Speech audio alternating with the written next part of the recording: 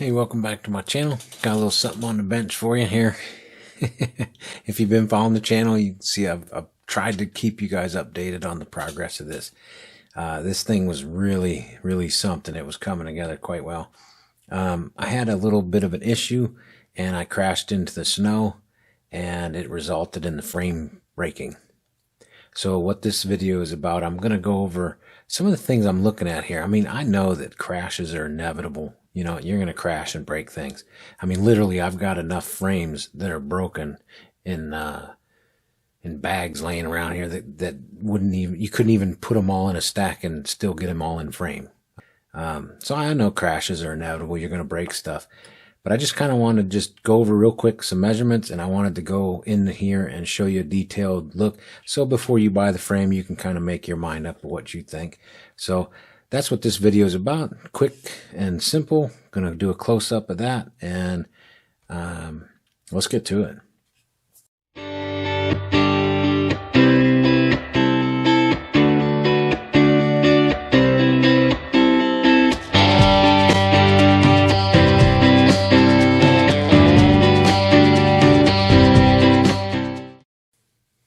Alright, so I'm going to go ahead and zoom in, and then also to let you know I have another frame here so that it comes with top plates and it comes with hardware.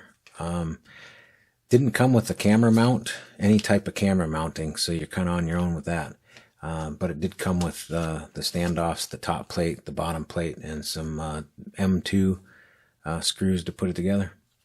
So I'm going to use this frame in behind this one so you can kind of get a good idea, you know, reference of what's going on there. So let me go ahead and zoom in here for you. Alright, so we have the frame in view here of where it broke.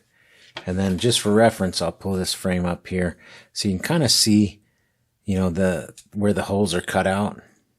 Okay, so it's slotted for two different motor mounts, and then the center hole for your bearing and or bushing in my case.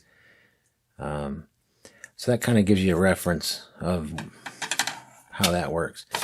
But I want you to notice that the where it broke at, the amount of carbon that's here, which is about twice the thickness of my thumbnail, and about the thickness of my thumbnail together here.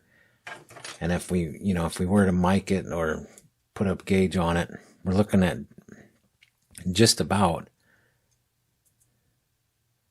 if I can get on the other side of that chamfered edge here, right about there. So we're just a little bit like a 1 1/4 of a millimeter. And then here, we're just shy of a millimeter. If I could turn that. So just shy of a millimeter right about there. So it's almost like 2 millimeters, if you will, of carbon here, and then 2 here and here. So a total of 4 millimeters of carbon. The frame itself is 7 millimeters thick. Okay, so 7 millimeter width and 4 millimeters thick. Okay, so we're kind of missing 3 millimeters of carbon here on the end to make it, you know, it should break, you know, somewhere in here, or maybe even, you know, right in here somewhere.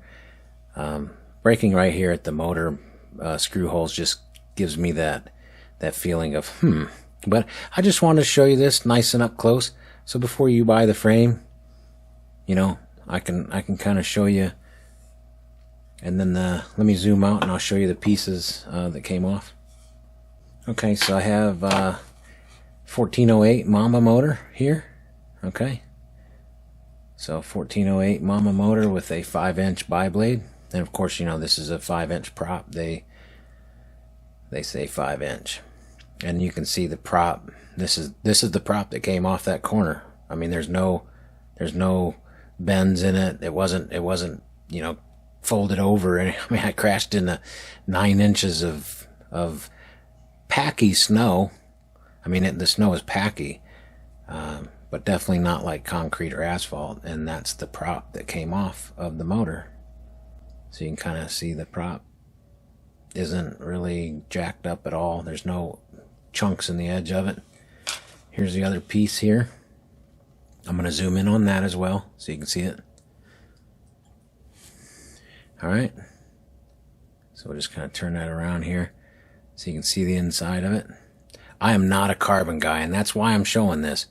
Because I look at this and I just go, I just don't feel, something in my gut feels like I should do a video and show you guys this and get some feedback and get your opinion on, what do you think? And I mean, like I said, I understand crashes are happening. I mean, I'm like a professional crasher. I'm always trying to do something stupid. But in this case, I was just trying to hover and do some stuff with the video. Because, zoom back out here, because the video coming out of this Beta FPV Toothpick 35 amp ESC all-in-one Whoop board is not working. I don't want to say right now. I have a couple theories I'm going to test and work through. I was trying to get the video to be very, very nice, and I was just still having like a couple little lines. I mean, honestly, it's a it's a Whoop camera, and I was trying to get like perfectly clean video. And I might have taken it a little bit far, and I had a video, it just got so lined up on me that I ditched it in the snow. I had no idea that was going to happen. So, hey, you know what? I just want to show you this video since I'm, building this, and I've got a couple things out there on the channel already. I don't want to say anything negative. You tell me what your thoughts are in comments if you would, and we'll go from there. But I appreciate you showing up and checking out my channel. And if you like this video, if it helped you out or made a decision easier for you or harder for you, let me give me a thumbs up and subscribe. If you hated it, man, you give me a thumbs down. It all works. Enjoy the breeze.